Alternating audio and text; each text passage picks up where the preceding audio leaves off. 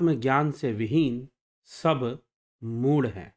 अर्थात भज गोविंदम स्तोत्र में जहां पर यह कहा जा रहा है, भज गोविंदम गोविंदम भज मूढ़ मते, संप्राप्ते सनिहित काले नहीं नहीं रक्षति डूकृण करने। तो यह जो कहा जा रहा है, यह मूढ़ किसे कहा जा रहा है? तो आदिगुरु शंकराचार्य ऐसा नहीं कि उस व्याकरणी अर्थात वह व्यक्ति जो व्याकरण का अध्ययन कर रहा था, व्याकरण का विद्वान था, उसे मूढ़ कह रहे हैं, अपितु वो हर व्यक्ति जो आत्मज्ञान से विहीन जीवन जी रहा है, वह आत्मज्ञान के मार्ग पर भी नहीं है, वह सबके सब मूढ़ की श्रेणी में ही आएंगे।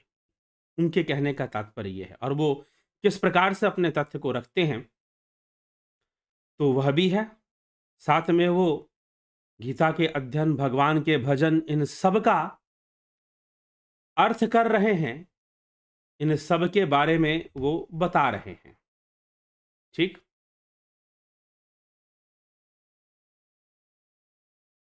तो यह सारी चीजें हमें, ये आज हम चर्चा करेंगे, समझेंगे और समझकर इस पर हम कौन से पदों में वो क्या कह रहे हैं, 23वें पद से लेकर, कल हमने 22वें पद तक देखा था, आज 23वें पद से हम चर्चा को शुरू करेंगे और 23वें पद से जो है आगे बढ़ेंगे, 23वां, 24वां, 25वां, 26वां तक आज हम देखते हैं।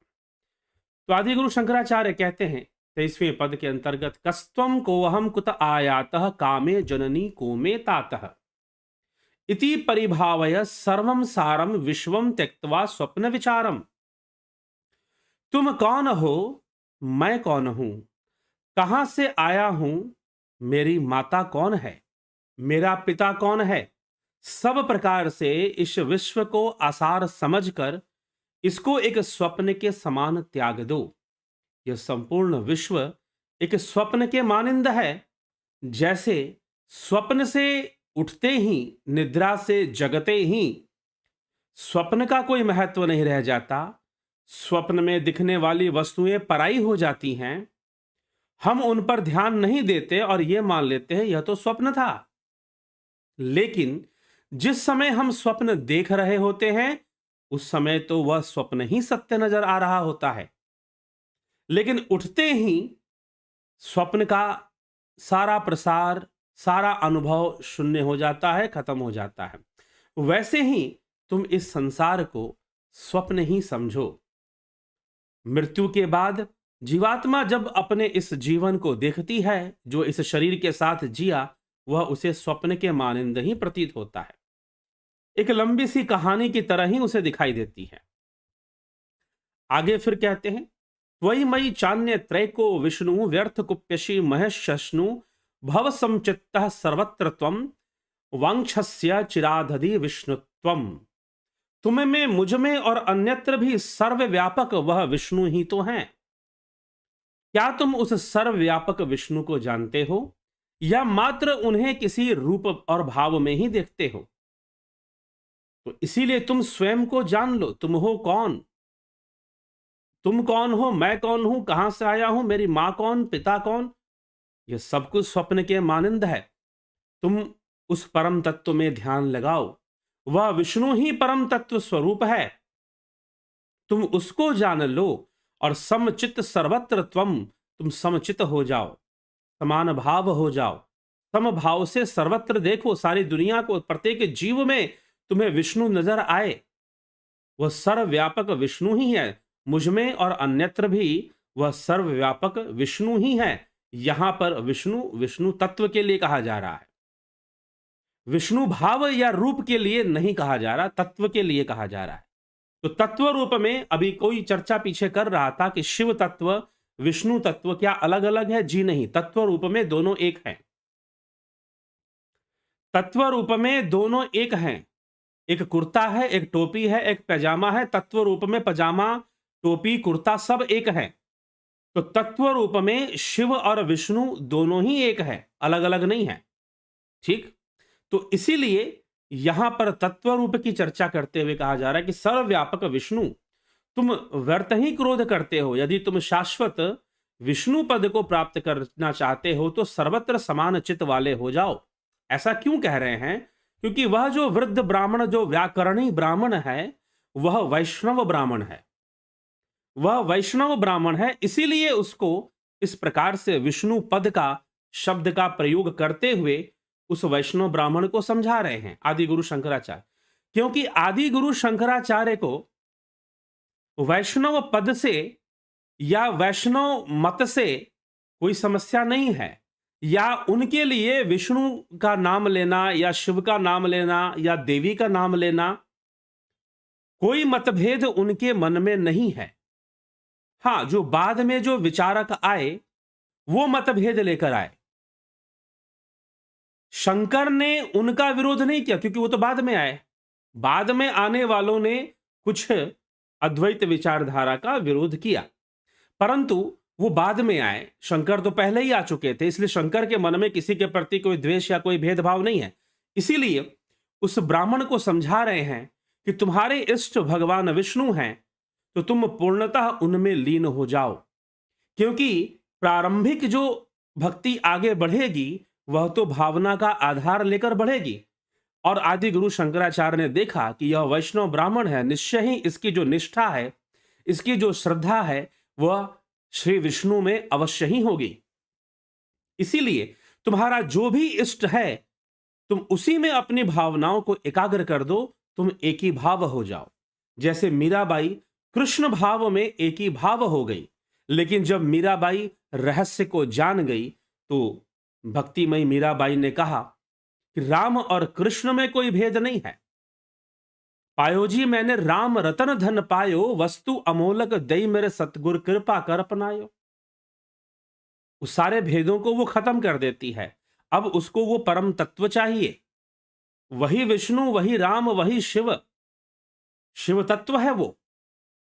अभी हम जब चर्चा करेंगे आपके गोस्वामी तुलसीदास जी के मानस पर, रामचरित मानस पर जब चर्चा प्रारंभ होगी तो उसमें यह विषय विशेष रूप से आता है। कई जगह पर गोस्वामी तुलसीदास जी ने शिव और राम में भेद करने को पाप बताया है कि अगर कोई व्यक्ति इनमें भेद करता है तो वह निश्चय ही पापी है। अगर वो विष्णु और शिव में भेद करता है, हर और हरि में भेद करता है, तो वो निश्चय ही पापी व्यक्ति है और उसका कभी कल्याण नहीं होगा, क्योंकि वह संदेह युक्त है, वह संशय युक्त है। इसी प्रकार का संशय रावण को था, इसी प्रकार का संशय प्रजापति दक्ष को था। तो वो कहते हैं गोस्वामी जी कि ऐसा नहीं करना चाहिए। शिवद्रोही मम भगत कहावा, भगवान राम कहते हैं लंका कांड में, शिवद्रोही मम भगत कहावा, सो नर सपनेहु मोहि नहीं पावा। जो शिव से द्रोह करता है और स्वयं को विष्णु का भक्त कहता है, वह कभी भी विष्णु लोक को प्राप्त नहीं हो सकता है, वह कभी भी विष्णु के चरणों में स्थान प्राप्त नहीं कर सकता है जो शिव से द्रोह करता है। ऐसी विचारधारा रामचरितमानस में मिलती है। तो चलिए, मानस पर जब चर्चा होगी तो मानस का क्या परिवेश है, क्या उसका वांग्मय है, किस तरह से उसकी रचना हुई है, उन सब बातों पे चर्चा होगी। तो इसीलिए यहां पर आदि गुरु शंकराचार्य के मन में कोई भेद नहीं है। वो जानते हैं कि कोई भी व्यक्ति योग के मार्ग पर, इसीलिए भगवान कृष्ण से जब अर्जुन ने पूछा कि या निर्गुण की उपासना करें या सगुण, जो आपने मुझे अपना जो भव्य योग ऐश्वर्य सिद्ध रूप जो दिखाया है, उस सगुण को माने या निर्गुण जो परब्रह्म है, जो परम तत्व है, जो संपूर्ण गुणों से परे है, गुणातीत है, उसको, उसकी उपासना करनी चाहिए। तो भगवान कहते हैं इनमें श्रेष्ठ कौन है? तो किसी को भी श्रेष्ठ नहीं कहते हैं। वो कहते हैं कि निश्चय ही निर्गुण की उपासना महान तपस्वियों और सिद्धों के द्वारा ही संभव है, लेकिन साधारण व्यक्ति के लिए सगुण उपासना सरल है। इसीलिए उसे अपनी भक्ति, उसे अपनी योग का जो प्रारंभ है वो सगुण से ही करना चाहिए। तो सगुण हमेशा प्रारंभ होता है, जिसका लक्ष्य वह शाश्वत ब्रह्म है, वह इसका लक्ष्य है।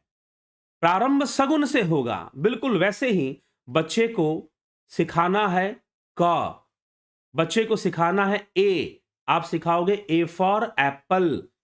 Apple is not the target but the A is the target. Apple is the medium. क से कबूतर, कबूतर नहीं सीखना है, क सीखना है। कबूतर तो उसका साधन है, उसका सहारा है। वैसे ही सगुन का सहारा लेते हुए, ध्यान योग करते हुए, एक ही भाव अवस्था में योगी पहुंचकर उस एक भाव को भी समाहित कर कर समाधि में चला जाता है। और जब वो समाधि में लीन होता है तो वह निर्गुण में लीन होता है, वह शब्दातीत ब्रह्म में लीन होता है, वह गुणातीत ब्रह्म में लीन होता है, वह भावातीत ब्रह्म में लीन होता है। ठीक है, तब वो वहां जाकर लीन होता है। इसलिए प्रारंभ जब भी होगा तो निश्चय ही सगुन से होगा। इसीलिए आदि गुरु शंकराचार्य यहां पर उस वैष्णव ब्राह्मण को, जो व्याकरणी है, व्याकरण का विद्वान है, व्याकरण का अध्ययन कर रहा है, उसका अध्यापक बनना चाहता है, उसको समझाते हैं कि तुम अपने इष्ट का ध्यान करो, तुम भगवान विष्णु का ध्यान करो, तुम उन्हीं की पूजा करो, उन्हीं को जानो, सम रूप से जानो, कोई तुम्हारा शत्रु ना हो, कोई तुम्हारा मित्र ना हो, तुम इस प्रकार से जानो, सब में तुम्हें वही नजर आए। तो 24वें पद में कहते हैं, शत्रौ मित्रे पुत्रे बंधौ मा कुरु यत्नम विग्रह संधौ सर्व अस्मिन्नपि पश्चात्मानम सर्वत्रोत सृज भेदा ज्ञानम। सर्वत्रोत सृज भेदा ज्ञानम अर्थात शत्रौ मित्रे पुत्रे बंधौ मा कुरु यत्नम विग्रह संधौ। शत्रु, मित्र, पुत्र, बंधु, बांधवों से प्रेम और द्वेष मत करो। आसक्ति और द्वेष, अनासक्ति कुछ ना रखो। जैसे वैराग्य के लिए आदि गुरु शंकराचार्य ने कहा कि विषयों में इंद्रियों को मत लगाओ और विषयों से इंद्रियों को हटाओ भी मत, दोनों ही मत करो। तो तुम सबके प्रति समभाव रहो, किसी से द्वेष मत रखो, सब में अपने आप को ही देखो। अब देखो, अब अपनी बात पर आते हैं आदि गुरु शंकराचार्य। पहले तो उन्होंने कहा कि सब में विष्णु को देखो, अब सब में अपने आप को ही देखो, आत्मा को ही जानो, और इस प्रकार सर्वत्र ही भेद रूपी अज्ञान को त्याग दोगे। संपूर्ण अज्ञान तुम्हारा इसी तरह से खत्म होगा। अब तुम सब में आत्मा को जानो, सब में तुम आत्म तत्व को देखो। यही कह रहे हैं, सर्व अस्मिन्नपि पश्य आत्मानम। सर्व अस्मिन्नपि पश्य, पश्य मतलब देखना, पश्य मतलब देखना, पश्य आत्मानम, तुम सब में आत्मा को देखो। सर्वत्रोत्सृजा भेदा ज्ञानम, फिर सर्वत्र ही भेद रूपी अज्ञान को त्याग दोगे। जो भेद रूपी अज्ञान है वो भेदभाव खत्म हो जाएगा। ठीक है, और तुम आत्मा को ही जानोगे। कामम क्रोधम लोभम मोहम त्यक्त्वा आत्मानं भावय कोहम। आत्मज्ञान विहीना मूढ़ः, आत्मज्ञान विहीना मूढ़ः ते पच्यन्ते नरक निगूढ़ः। भज गोविंदम गोविंदम भज मूढ़मते। काम क्रोध लोभ मोह को छोड़कर स्वयं में स्थित होकर विचार करो, मैं कौन हूं, मैं कहां से आया हूं, मेरा वास्तविक स्वरूप क्या है। क्या यह शरीर मेरा वास्तविक स्वरूप है? तो फिर सुषुप्ति अवस्था में यह शरीर कहां रहता है? क्या यह माया वास्तविक स्वरूप है? तो सुषुप्ति अवस्था में काल और माया कहां चले जाते हैं? अगर यही मेरा वास्तविक स्वरूप होता तो स्वप्न अवस्था में मैं कुछ और अनुभव करता हूं और सुषुप्ति अवस्था में मैं कुछ और अनुभव करता हूं। तो इसीलिए यह शरीर तो मेरा वास्तविक स्वरूप नहीं हो सकता है। इस प्रकार से तुम चिंतन करो। काम क्रोध लोभ मोह को छोड़ को, कामम क्रोधम लोभम मोहम त्यक्त्वा आत्मनम, मतलब इन सब का, अब इनका त्याग करने का मतलब इनमें सम हो जाओ, बराबर हो जाओ। इनका त्याग तो हो नहीं सकता, इन सब में संयम हो जाओ और आत्मानम भावम कोहम, भावय कोहम, और विचार करो कि तुम कौन हो। आत्मज्ञान विहीन मूढ़ा, जो आत्मज्ञान से विहीन है वही तो मूर्ख है। ते पच्यन्ते नरक निगूढ़ा, और वो बार बार छिपे हुए इस संसार रूपी नरक में पड़ते रहते हैं, वो बार बार नरक में आते रहते हैं। पुनरपि जननम पुनरपि मरणम पुनरपि जननी जठरे शयनम, यह चलता रहता है। तो इसीलिए तुम आत्मज्ञान को प्राप्त हो जाओ, आत्मज्ञान के मार्ग को प्राप्त हो जाओ। वास्तव में मूढ़ व्यक्ति कौन है? आदिगुरु शंकराचार्य यहां पर जो आत्मज्ञान विहीन है, पूर्णतः जो आत्मज्ञान विहीन है, आत्मज्ञान के मार्ग पर जरा सा भी वह कोई कदम नहीं रखता है, वह व्यक्ति निश्चय ही क्या है? आपके मूढ़ व्यक्ति है। तो आत्मज्ञान विहीना मूढ़, आत्मज्ञान से जो विहीन है वह मूढ़ व्यक्ति है, वह मूर्ख व्यक्ति है। वो कुछ ऐसा कहना चाहते हैं। तो पहले तो वो कहते हैं कि तुम विष्णु पद को ही प्राप्त हो और विष्णु को ही सर्वत्र देखो, फिर कहते हैं आत्मा को ही सर्वत्र देखो। तो इसका कहने का तात्पर्य क्या है? क्या यहां कंफ्यूज कर रहे हैं? क्या यहां पर वह कंफ्यूज कर रहे हैं क्या कि भाई पहले तुम विष्णु को सर्वत्र देखो, फिर कहते हैं आत्मा को ही सर्वत्र देखो? क्या कहने का मतलब क्या है? विवेक चूड़ामणि पढ़िए, क्या लिखा गया है? नारायणो अहम, शिवो अहम, ब्रह्मो अहम, मैं ब्रह्म हूं, मैं नारायण हूं, मैं शिव हूं। इंद्रो अहम, मैं इंद्र हूं, मैं ब्रह्मा हूं, ब्रह्मदेव मैं ही हूं। तो पहले कह दिया है। तो इसीलिए यहां पर पहले पद में वो लिखते हैं कि विष्णु को सर्वत्र देखो, और फिर दूसरे ही पद में कह देते हैं आत्मा को सर्वत्र देखो, सब में आत्मा को देखो, वह एक ही आत्मा सबके भीतर है। तो इस प्रकार से यह दोनों बातें यहां मिलती हैं, यहां संशयग्रस्त होने की जरूरत नहीं है। विवेक चूड़ामणि का सूत्र अध्ययन अगर हम कर लेते हैं तो वहां पर इस बात का स्पष्टीकरण आदिगुरु शंकराचार्य ने पहले ही दे दिया है। इसीलिए भज गोविंदम स्त्रोत का बाद में हम पढ़ रहे हैं तो कई सारे पॉइंट्स क्लियर हो जाएंगे अपने आप। तो उन्होंने पहले ही वहां पर लिखा है कि नारायणो अहम, त्रिपुरारी अहम, त्रिपुरारी भी तुम हो, मुरारी अहम, ये सब इस तरह से श्लोक आते हैं विवेक चूड़ामणि के अंतर्गत। तो इसलिए यहां पर विष्णु पद की प्राप्ति, विष्णु तत्व की प्राप्ति, विष्णु तत्व, आत्म तत्व, ब्रह्म तत्व, शिव तत्व एक ही तत्व के लिए कहा जा रहा है। इसलिए आत्मा परमात्मा का भेद नहीं माना, आत्मा ब्रह्म का भेद नहीं माना आदिगुरु शंकराचार्य ने। दोनों एक ही है, एक ही तत्व है, इस प्रकार से वर्णन किया है विवेक चूड़ामणि के अंतर्गत। तो उसी को अगर हम समझे तो यहां पर यह संशय पैदा हो सकता है कि एक श्लोक में आदिगुरु शंकराचार्य भज गोविंदम स्तोत्र में क्या लिखते हैं कि विष्णु पद को तुम प्राप्त हो जाओ। पहले वो कहते हैं साफ साफ कि त्वयि मयि चान्यत्रे को विष्णु व्यर्थ को पश्य मय सहिष्णु, तुम मुझ में अन्यत्र भी सर्वव्यापक विष्णु ही है, तुम ऐसा ही जानो। तुम व्यर्थ ही क्रोध करते हो, तुम शाश्वत विष्णु पद को ही प्राप्त करना चाहते हो, तो सर्वत्र समान चित्त वाले हो जाओ, सर्वत्र समचित्त वाले हो जाओ। समचित्त की उपदेश हमारे ऋग्वेद संज्ञान सूक्त में मिलता है। संग छद्वम सम्मदद्वम संवो मनांसि जानताम देवा भागम यथा पूर्वे संजनाना उपासते, समानो मंत्र समिति समानी समानम मनः सहचित्तमेषाम, समानम मंत्र भी मंत्र एव समानेन वो हविषा जुहोमि। तो ये वैदिक मंत्र है संज्ञान सूत्र में। तो सम, हमारे चित्त सम हो, हमारे हृदय सम हो, हमारी मंत्रणा सम हो, वहां पर समचित्त की चर्चा की गई है।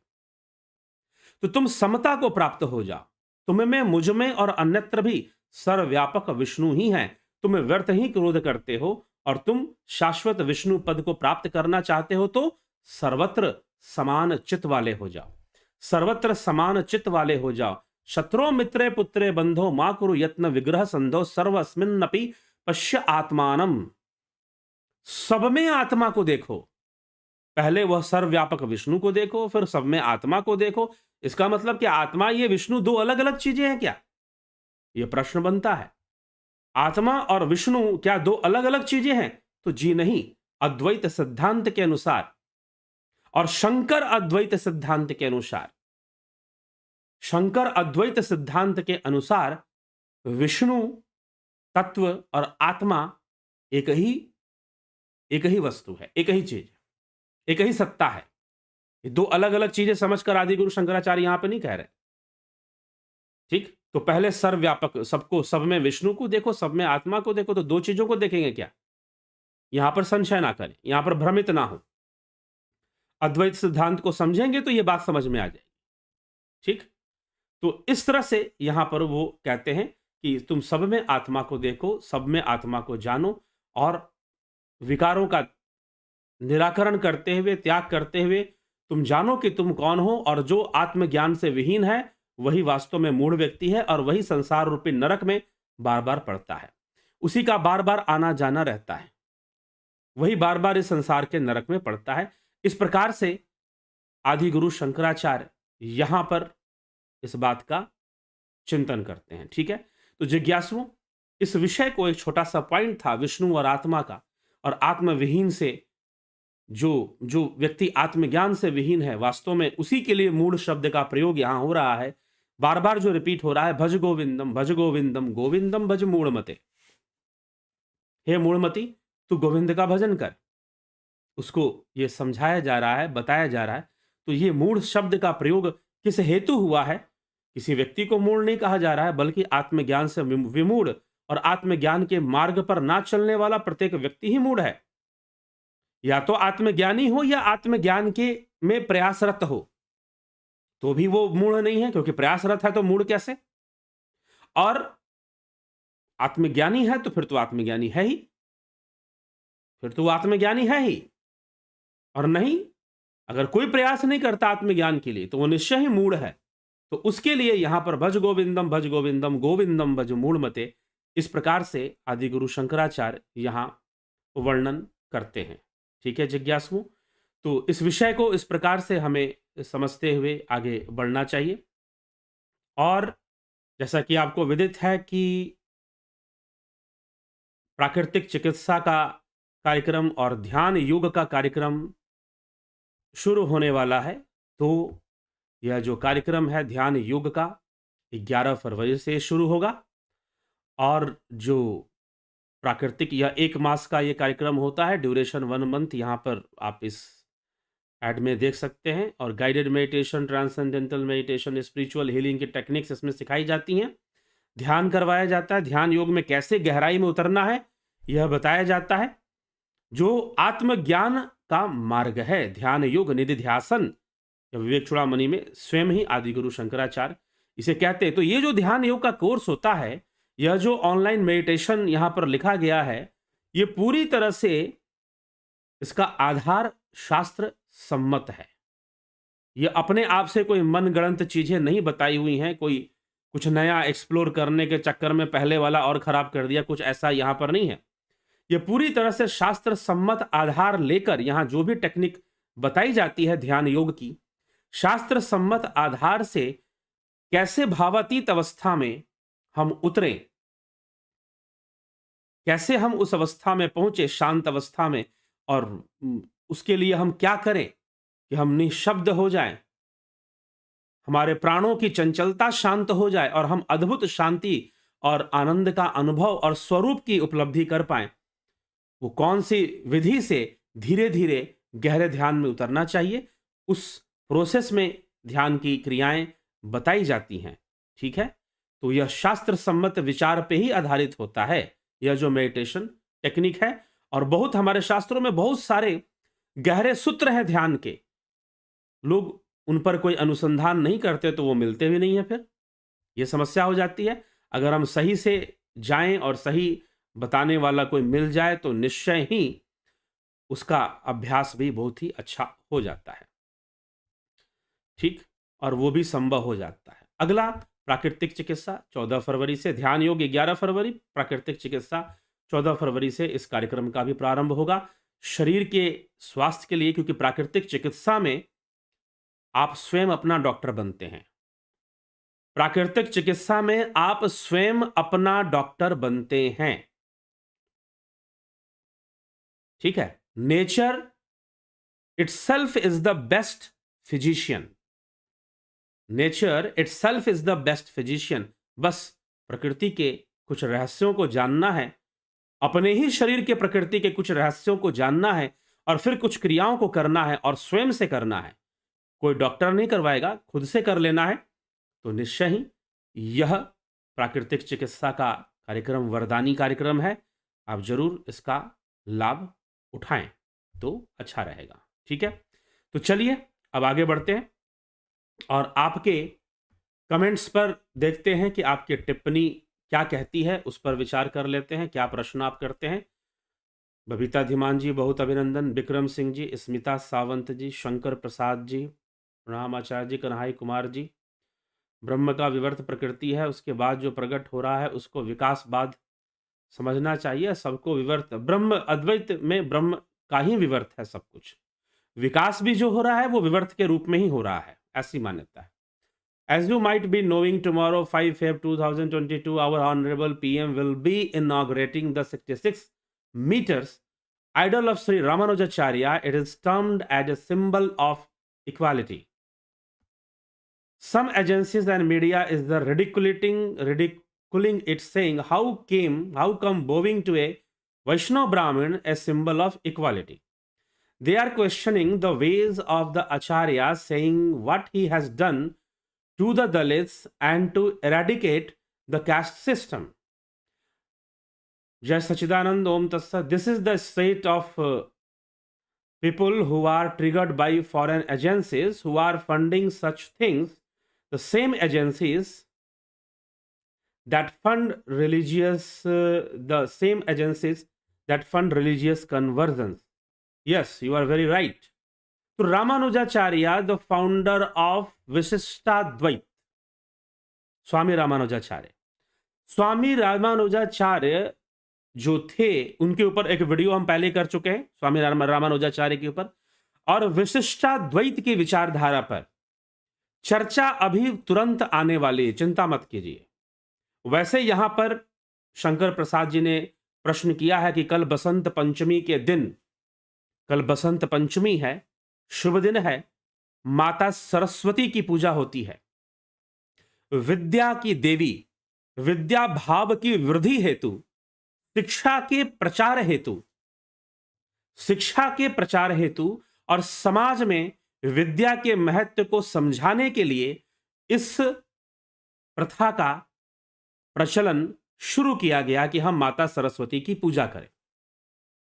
ठीक है, तो कल हम, हो सकता है कि भज गोविंदम से अलग विषय थोड़ा लेकर आए, क्योंकि भज गोविंदम में अभी 2 से ज्यादा 2 या 3 व्याख्यान आएंगे और उसके बाद हम रामचरितमानस की चर्चा पर उतरेंगे। तो जो मानस की विचारधारा है, रामचरितमानस की जो विचारधारा है, वह विशिष्टाद्वैत की विचारधारा है, ये ध्यान रखिएगा। हां, यह तुलसी का विशिष्टाद्वैत है, ये कह सकते हैं, क्योंकि वह जो काल था वह विशिष्टाद्वैत और अद्वैत का फर्क कितना है।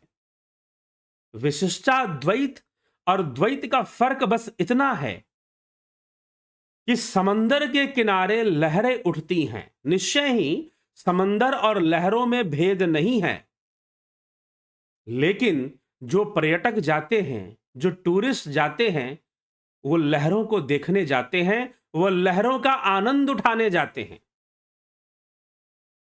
ठीक है, तो लहरों को एक महत्व दिया गया,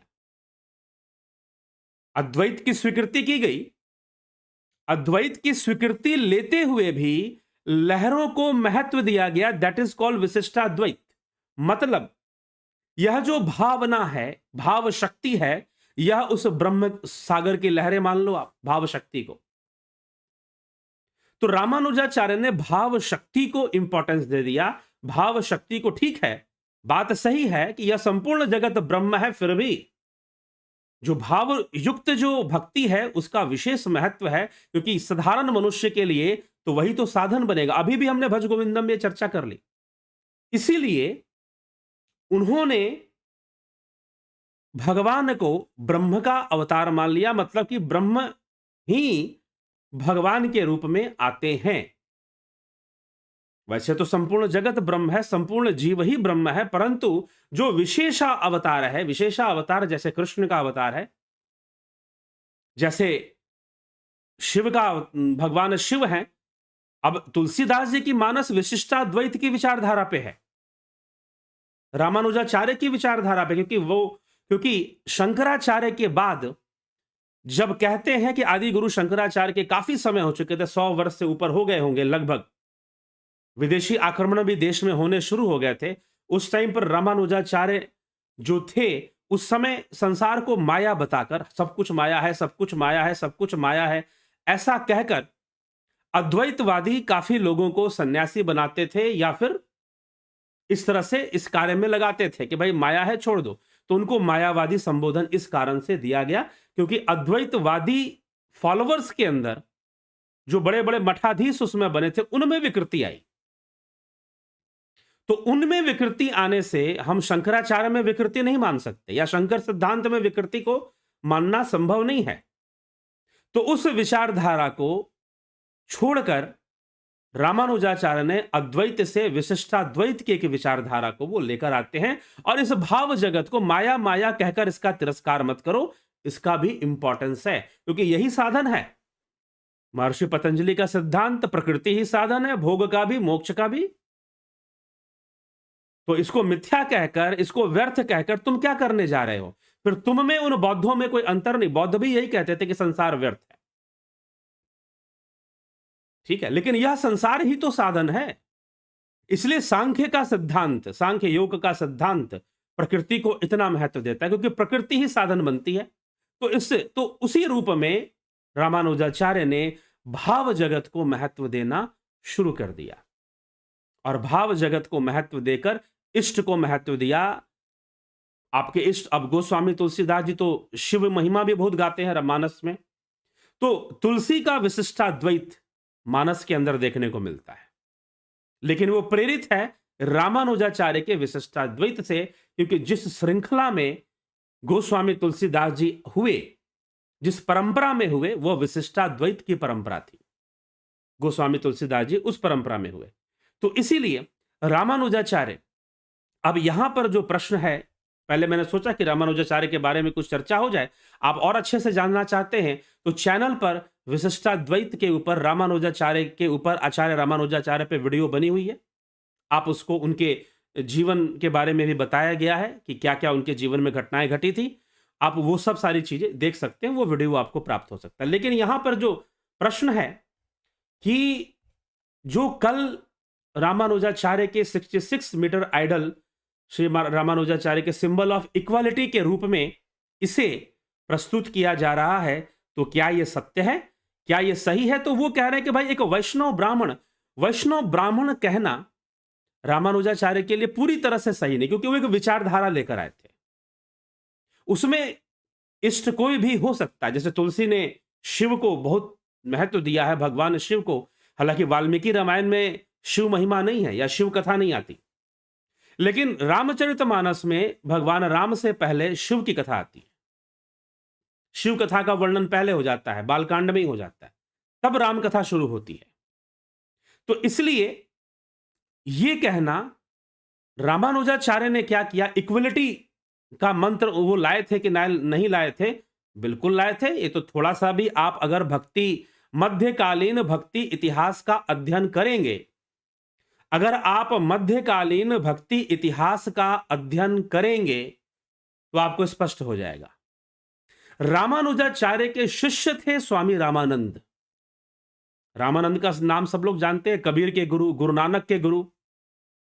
तो जो कबीर के गुरु हुए, जो गुरु नानक के गुरु हुए, तो कैसे उन्होंने समानता का मंत्र नहीं दिया? बिल्कुल समानता का मंत्र दिया, ठीक है, उन्होंने समानता का मंत्र दिया। अगर रामानुजाचार्य ने जो भक्ति प्रचार शुरू किया, बिल्कुल छोटा बड़ा, ऊंच नीच, इन सबको सम करते हुए भक्ति का प्रचार शुरू किया,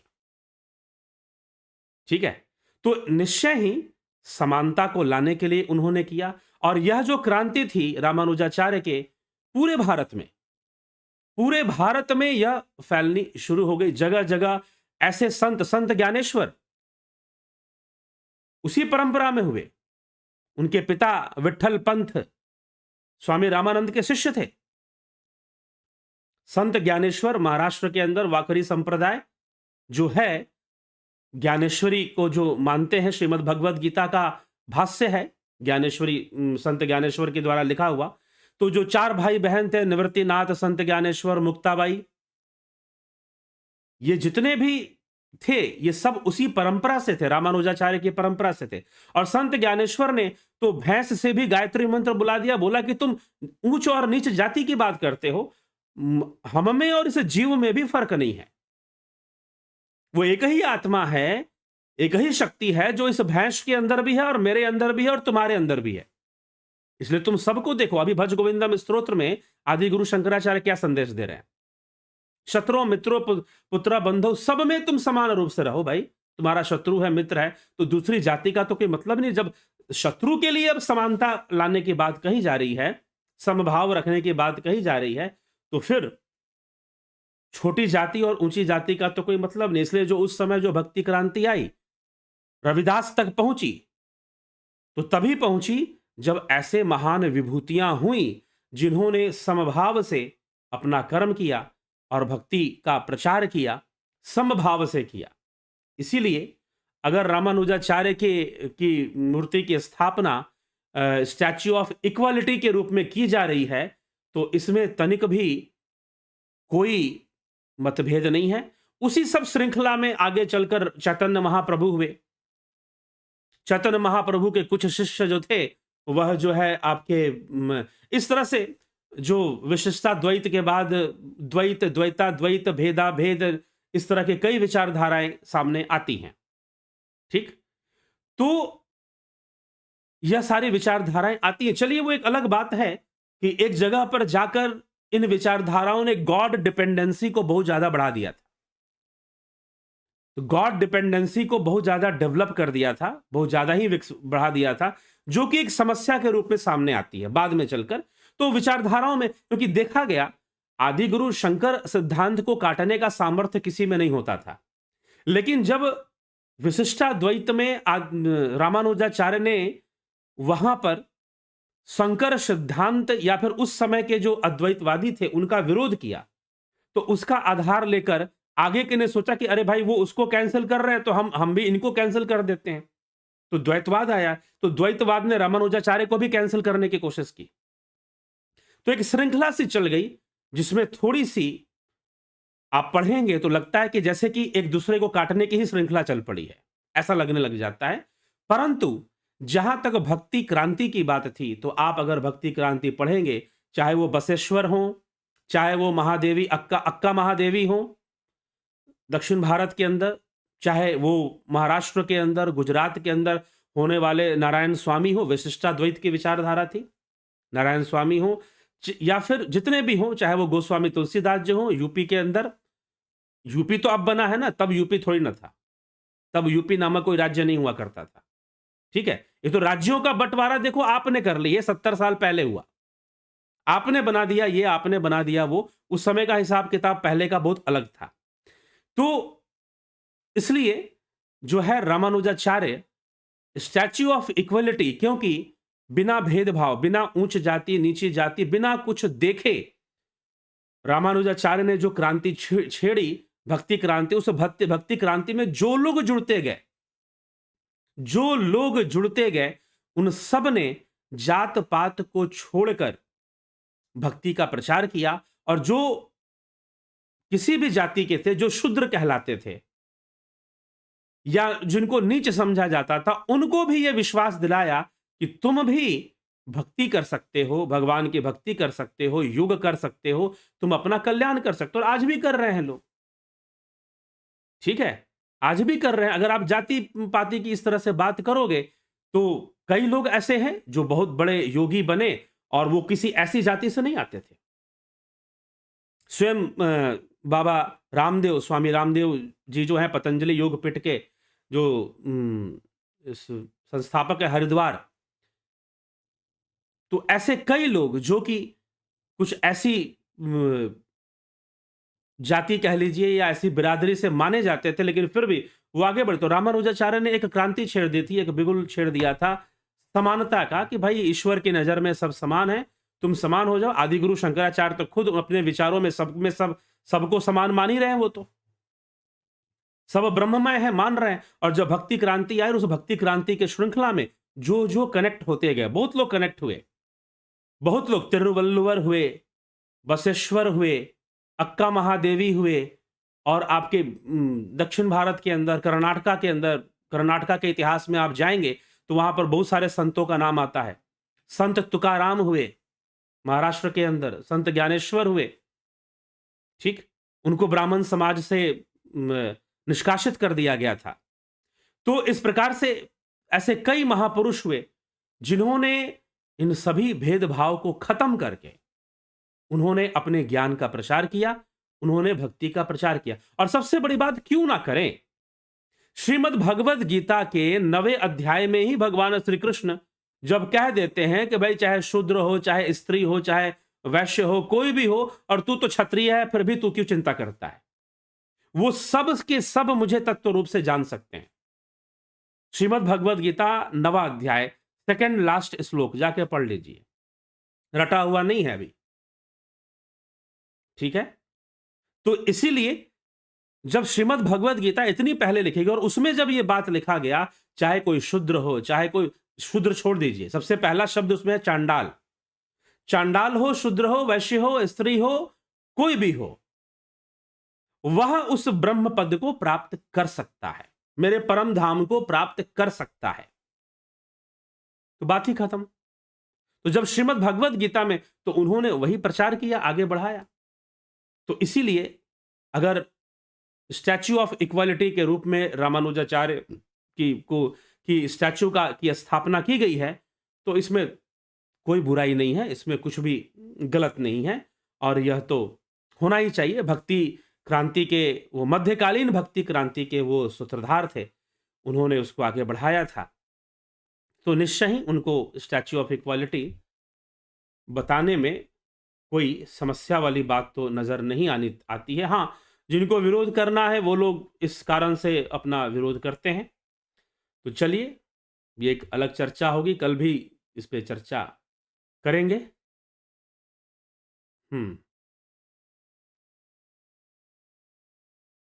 What he has done to the Dalits and the eradicate the caste system, सबसे बड़ा तो यही है कि शास्त्रों को समझाना और सबके अंदर ईश्वर के प्रति समान रूप से भक्ति भाव को पैदा करना। सबसे बड़ा तो यही है कि सबको समान रूप से इस तरह से पैदा करना और समझना, क्योंकि मुख्य रूप से वह इसी बात से वंचित रहते थे कि भाई हमें पूजा नहीं करनी भगवान की, हमें भगवान की पूजा नहीं करनी, वो इस भाव से ग्रसित रहते थे। लेकिन रामानुजाचार्य ने उस समस्या का समाधान कर दिया कि भाई कोई भी कर सकता है। तभी कबीर को रामानंद से ज्ञान प्राप्त हो पाया, तभी गुरु नानक को रामानंद से ज्ञान प्राप्त हो पाया, ठीक है? तभी हो पाया, इस बात को समझिए। तभी ये श्रृंखला और आगे बढ़ती गई, तभी तुकाराम तक पहुंच पाई कि संत तुकाराम भी ज्ञानी हो पाए और उस भक्ति मार्ग पर चल पाए। बहुत सारे हुए, एक नाम नहीं है, महाराष्ट्र के इतिहास में तो अनेकों नाम हैं। तो हमें इसलिए पूरे देश भर में, कर्नाटक हो, आंध्र प्रदेश हो, उसमें जो जितने भी अब जो ये जो कई तरह के जो संप्रदाय, उस विचार, वो ठीक है, उसमें कोई शिव के उपासक थे, कोई विष्णु के उपासक थे, वो एक अलग बात है। जो लिंगायत संप्रदाय बना, जो लिंगायत कर्नाटका के अंदर पिछले अभी लगभग 7-8 वर्ष पहले 2013 में उस लिंगायत संप्रदाय को भी अल्पसंख्यक के रूप में कैटेगरी में दे दिया गया कॉन्स्टिट्यूशनली, ठीक है? तो जो लिंगायत संप्रदाय बना वो भी उसी का परिणाम था, भक्ति आंदोलन का ही परिणाम था। इस तरह से कई भक्त, कई योगी, कई भक्त हुए देश में अलग अलग जगह, लेकिन उन सब के जो एक होता है ना, कहीं से कोई चीज ट्रिगर होती है, तो वह जो ट्रिगर था, वह ट्रिगर था रामानुजाचार्य का। वहां से सारी चीजें ट्रिगर हुई थी और वहां से सारी चीजें फैलनी शुरू हुई थी। तो लंबी चौड़ी श्रृंखला है, नाम है। दक्षिण भारत में भी उत्तरी क्षेत्र, दक्षिण भारत बोल के कोई भारत नहीं है एक्चुअली। हमें कभी भी साउथ इंडिया, नॉर्थ इंडिया ये बोलना ही नहीं चाहिए। There is only one India, southern part of India, northern part of India हो सकता है, लेकिन साउथ इंडिया लोग लिखने बोलने में ये वर्ड यूज करते हैं, लेकिन कभी आपने सुना कि ईस्ट इंडिया, वेस्ट इंडिया? हम नहीं बोलते। ये कॉन्स्पिरेसीज, ये जो टर्मिनोलॉजी हमको दी जाती है ना, ये एक कॉन्स्पिरेसी के तहत दी जाती है। जो डिवीजन किया गया स्टेट्स का, जानबूझकर साउथ इंडिया में लैंग्वेज पॉलिटिक्स को बढ़ाया गया, a long term target. After 1947 south India में लैंग्वेज बेस्ड पॉलिटिक्स, यहां तो लैंग्वेज बेस्ड पॉलिटिक्स नहीं है, ठीक है? अगर आप जाओगे अलग अलग स्टेट में तो यहां भी अलग अलग लैंग्वेज लोग बोलते हैं, लेकिन फिर भी उसके बेस पर पॉलिटिक्स नहीं होती है। लेकिन जानबूझकर लैंग्वेज बेस्ड पॉलिटिक्स को बढ़ाया गया और उसका परिणाम ही हुआ कि जो अपना लैंग्वेज था वही खराब होने लगा लोगों का। ठीक है, तो उसको बढ़ाकर ये सारी चीजें एक पॉलिटिकल एजेंडा होता है, एक लॉन्ग टर्म टारगेट लेकर कि आज हम भाषा के नाम पर बांट के रखो, कहीं पर वर्ण के नाम पे बांट के रखो, कहीं पर कास्ट के नाम पे बांट के रखो।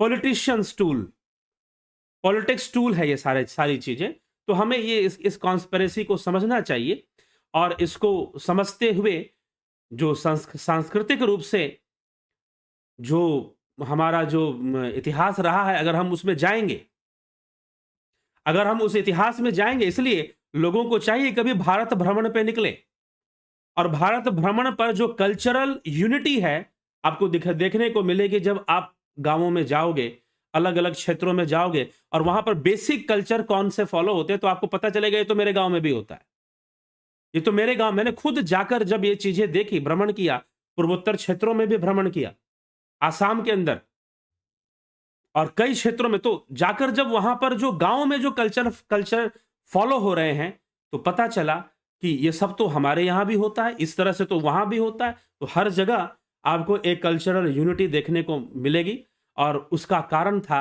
उसके कारण थे आदि गुरु शंकराचार्य, रामानुजाचार्य जैसे क्रांतिकारी संत।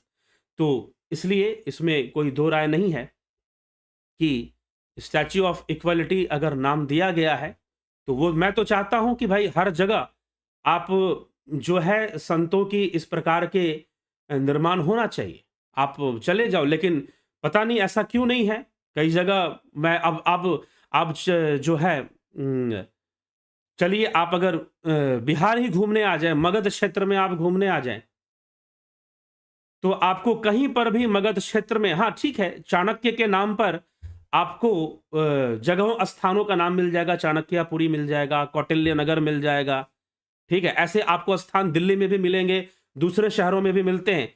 लेकिन इतने बड़े स्टेटमैन और इतने बड़े थिंकर जिसने कि अलेक्जेंडर द ग्रेट, जो यूरोप में जिसको ग्रेट कहा जाता है, अलेक्जेंडर द ग्रेट के कदमों को पीछे हटाने वाले एक जो ऋषि हुए चाणक्य, उनकी मूर्ति आपको पूरे देश में कहीं नहीं मिलेगी। किताबों में आप देख लेंगे, लेकिन किसी जगह पर उनकी कोई बड़ी प्रतिमा या कोई बड़ा मंदिर या कोई स्थान हो आपको नहीं मिलेगा। ठीक है, तो इसलिए हमें हमारी अपने धरोहर, अपनी संस्कृति से दूर करने के लिए बहुत सारे षड्यंत्र हुए। तो लेकिन उसको रिकवर होना चाहिए और उसकी रिकवरी होनी चाहिए और हमारे शास्त्र बचे हुए हैं, जब हम जानते हैं तो फिर निश्चय ही हमें उस बात को समझकर उसका सारी रिकवरीज होनी चाहिए। तो ये सब सारी चीजें हैं, तो इसमें कोई दो राय नहीं है। और इस तरह से जगह जगह पर इस तरह की मूर्ति स्थापना और स्टैच्यू का अनावरण, ताकि लोग प्रेरणा लेंगे कि भाई ये कौन है, इनसे हमें प्रेरणा लेनी चाहिए। आने वाले जो पीढ़ियां हैं, आने वाले जो जनरेशन्स हैं, वो उनसे प्रेरणा लगे कि भाई क्यों इतनी बड़ी मूर्ति इनकी बनाई गई। तो ये सब सारी चीजें हैं, तो वो सब जानने के लिए है, जरूरी है ये सब, तो इसमें कोई बुरी बात नहीं है। और राष्ट्र हित के लिए जिसने संपूर्ण राष्ट्र को संगठित कर दिया था आज से 2000 साल पहले, जब इस देश पर बहुत बड़ा संकट आया था, जब यूनान का राजा अपनी बहुत भारी सेना लेकर हमारे देश में घुस गया था, और शायद उसी समय बहुत बड़ी परतंत्रता का समय शायद शुरू हो जाता, लेकिन ऐसे ऋषि हुए, ऐसे गुरुजन हुए जिन्होंने रोका। अंग्रेज गुलामी के दौर में भी जब बाहरी आक्रमणकारी आए, तो इस भक्ति क्रांति ने, रामानुजाचार्य ने जो भक्ति क्रांति छेड़ी थी, उस भक्ति क्रांति ने हमें बचाकर रखा, कम से कम मन से हमें बचा कर रखा। हमारे भीतर हमारी संस्कृति, हमारे धर्म के प्रति जो आस्था है, उसकी रक्षा हो पाई। तो इसीलिए बहुत बड़ा काम था रामानुजाचार्य का। और जब हम रामचरितमानस पर व्याख्या लाएंगे, करेंगे, तो उसमें विशिष्टाद्वैत की विचारधारा स्पष्ट होती है, और जात पात को लेकर गोस्वामी तुलसीदास जी ने क्या लिखा है, क्या वो भी क्लियर हो जाएगा।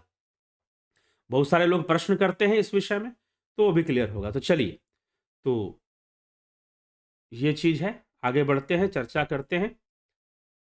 तो अगर रामानुजाचार्य ने, मान लीजिए कि अगर उन्होंने कुछ नहीं किया होता, तो गुरु नानक को ज्ञान कैसे प्राप्त होता? कैसे रामानंद स्वामी के द्वारा कबीर को ज्ञान प्राप्त हो जाता, संत गुरु नानक को कैसे ज्ञान प्राप्त हो जाता, नहीं हो पाता ना फिर। तो यही बात समझने की है कि उनकी प्रेरणा थी रामानुजाचार्य की, और बिना किसी भेदभाव के भक्ति ज्ञान का प्रचार करने की प्रेरणा थी। उन्होंने स्वयं ये किया, हर व्यक्ति को समझाया। इसीलिए पूरे जगह-जगह पर ऐसे क्रांतिकारी संतों का जन्म हुआ। संत ज्ञानेश्वर जैसे क्रांतिकारी संत हुए, बसवेश्वर हुए, तुकाराम हुए, और भी कई नाम आते हैं, कई नाम आते हैं। दक्षिण भारत में भी कई नाम आते हैं। तो वो जो कि ब्राह्मण जाति से नहीं थे। कई ऐसे संत हुए जिनका जन्म ब्राह्मण कुल में नहीं हुआ था। ठीक है? तो इस विशेष बात को समझने की आवश्यकता है। तो स्टैच्यू ऑफ इक्वलिटी उनको बताना, इसमें कोई बुराई, वो उनके लिए है जो इतिहास को नहीं जानते हैं, मध्यकालीन भक्ति क्रांति के इतिहास को वो नहीं समझते हैं, नहीं जानते हैं, और उसको छुपा के रखना चाहते हैं। ठीक? चलिए आगे चलते हैं।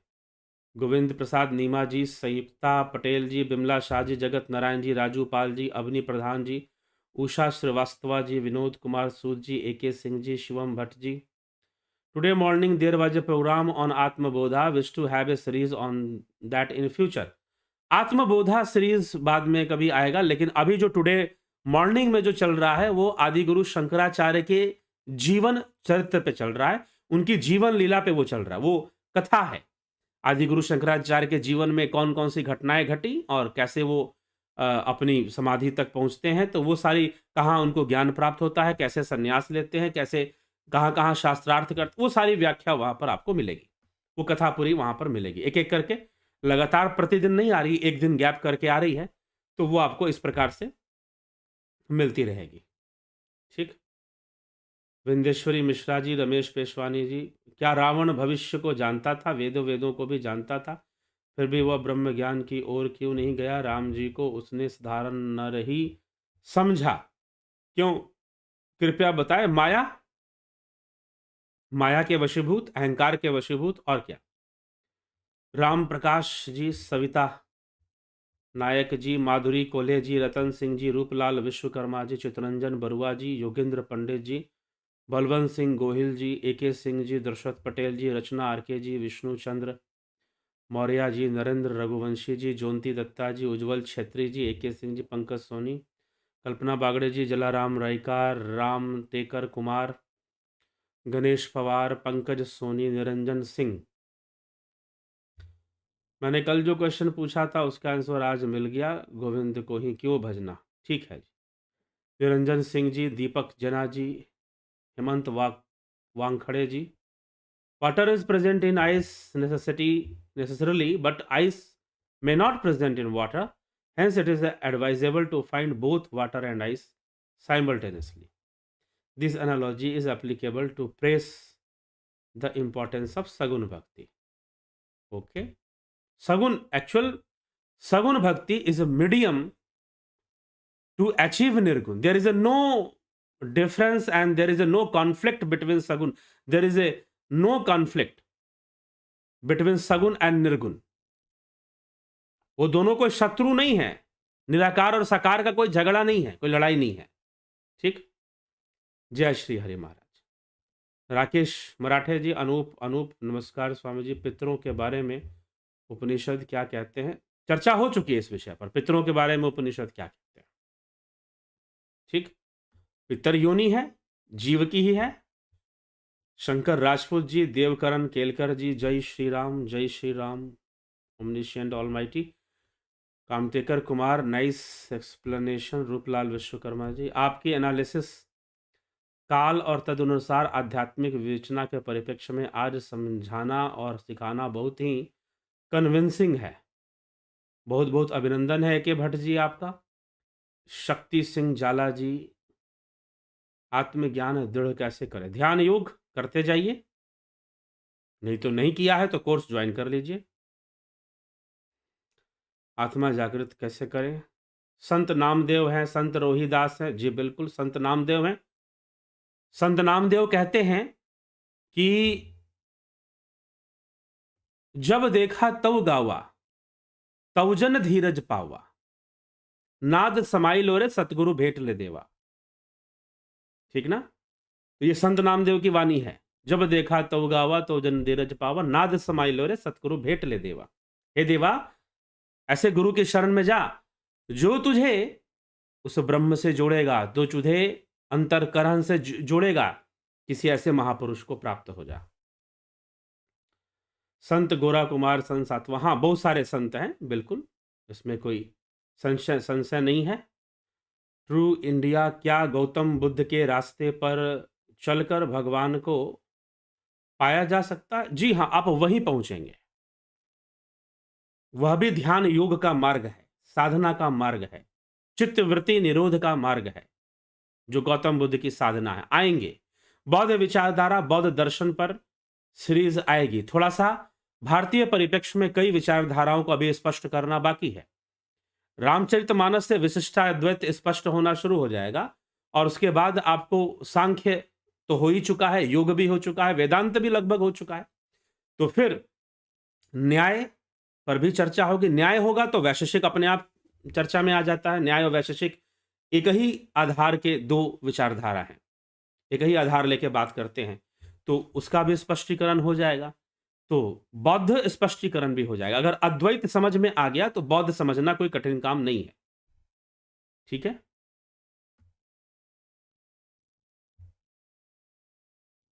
तो AK सिंह जी, गुरु मेरे अंदर है। जी हाँ। भगवती यादव जी, अभिनंदन है आपका। मिलन लोहानी जी, बहुत बहुत अभिनंदन। तो सभी का बहुत बहुत अभिनंदन है। चलिए, इसी के साथ विचारों को अभी विराम देते हैं और कल फिर 9 बजे लाइव चर्चा में मिलते हैं। ठीक है? तो जो लोग ध्यान योग कोर्स करना चाहते हैं या प्राकृतिक चिकित्सा से जुड़ना चाहते हैं, वो लोग संपर्क करें। और कैसे ज्वाइन करना है, व्हाट्सएप मैसेज, टेलीग्राम मैसेज कर उसकी जानकारी आप ले लीजिए। ठीक है? बहुत बहुत आभार है सभी का।